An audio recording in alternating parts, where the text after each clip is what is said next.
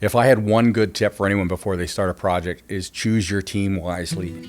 My best piece of advice that I would give around someone who's looking at a renovation or a new place to live or building a new home, don't get caught up in what it might look like from the outside. Really focus on what it's going to be like to live in there and where things should be and how it's going to function for you.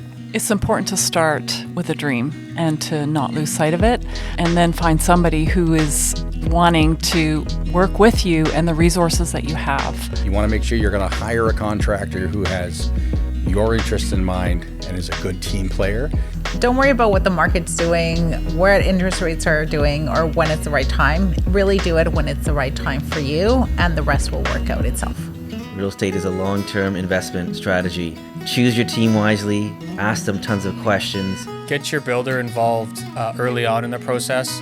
Don't wait till after you buy the property. Get them involved before. They'll be able to give you some advice in determining what sort of budget is realistic for what you want to do. Always think about what your real budget is, be conscious about your timing, understand what your final goals are, and get to know what the real potential of the space is by hiring professionals. You do not cut corners on the designers that you choose for your projects. If you try and save money on designers, you'll probably pay for it 10 times over at the end of the project. So I would tell people to give themselves time when doing design. It's really important to have time to digest all the decisions you've made. Don't be afraid to say you don't like something. You just say, can I see more options? Plan out all of your finishes and all your materials and get all your drawings done before you let anybody take apart your house.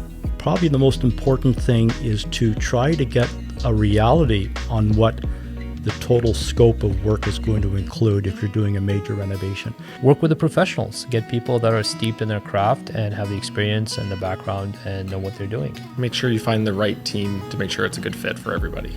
Really look at your building code. You want to build it tomorrow's code and not yesterday's code. It will pay dividends.